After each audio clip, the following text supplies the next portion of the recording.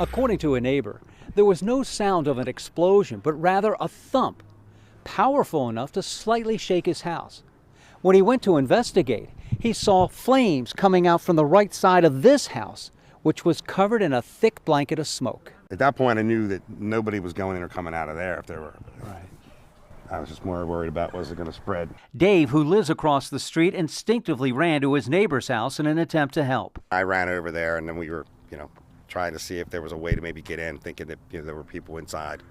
And within a minute or so, you couldn't even be by the house. The flames came within feet of Lynn Garrison's home. The whole back of the house was just in flames, 20, 30-foot flames in a matter of, 4 or 5 minutes. The steel that goes all the way down, the brace, it's like bent like a pretzel or something just from the heat. Authorities say the fire took 2 hours to control. A large portion of the house collapsed.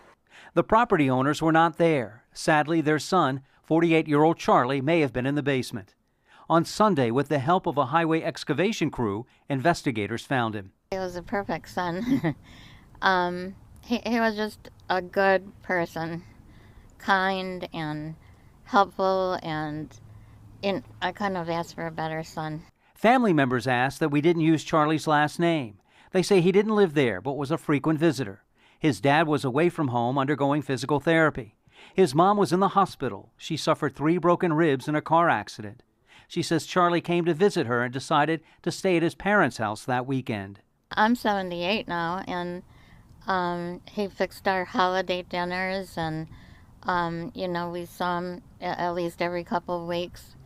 He doesn't live in Harper County, but just a good person. Cindy says she keeps telling herself that even though the fire destroyed everything, nothing can take her good memories away. A good son, and always was doing things for us, and unfortunately the greeting cards he gave to us over the years aren't burned up, but he would always pick cards that said what great parents we were. The Harford County Sheriff's Office and the State Fire Marshal are investigating the cause.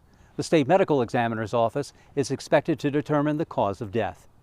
Reporting from Bel Air, David Collins, WBAL TV 11 News.